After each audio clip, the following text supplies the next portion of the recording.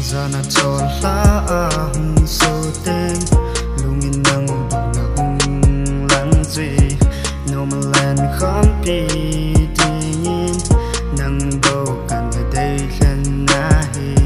man chun che ung zong le han tang palung la ya na mang thei boy Zana a si ka ve chi ten lung mi than nang na lang Nandya ka pang zinge Kaya dia na pang na dem goal In hai milo zani Ineki tep na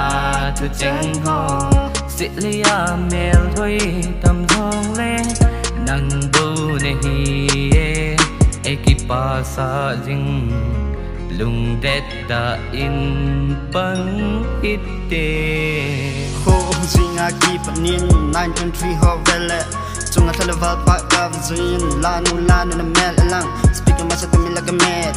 thinking about you like the crazy Never gonna forget the time we spent that we chat in the message and cool This is I'm Gen Z I sing this song to my love girl And all the time I need is you Don't you make my life happy Don't you ever talk to me Only that I need is you Who the people in the world I gave it all my heart In the passion of my life Like the poison make it die Don't you ever gonna leave me Time I lead me to nowhere Fate might break me apart I'll always be thankful that once along my life to the journey Life can be hard and always fun Life can hurt if it's on to cry Why would I gonna let you cry Think of me when you need to chill Take my hand when you feel lonely Come to me when you need to talk Cause I'll always be there for you Nang dingin boga pang zingi Kaya dingin song ana pang zingo Chừng go na go du tên Ine ki say to na bangin Ine ki long sweet na to in reality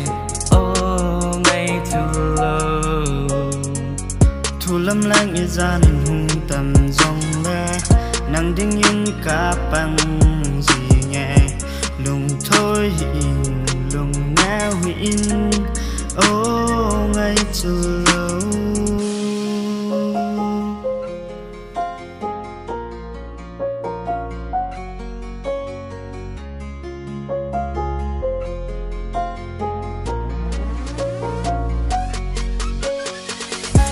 Làng hoa bằng ngõ làng thấy hùng làng ta nghe ngây ngủ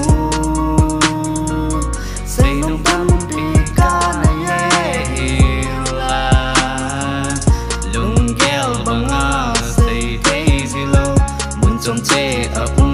ý dễ in lại ý kỳ hô nó vang miêu phôi hít tê. This is Zigos Genjis Productions.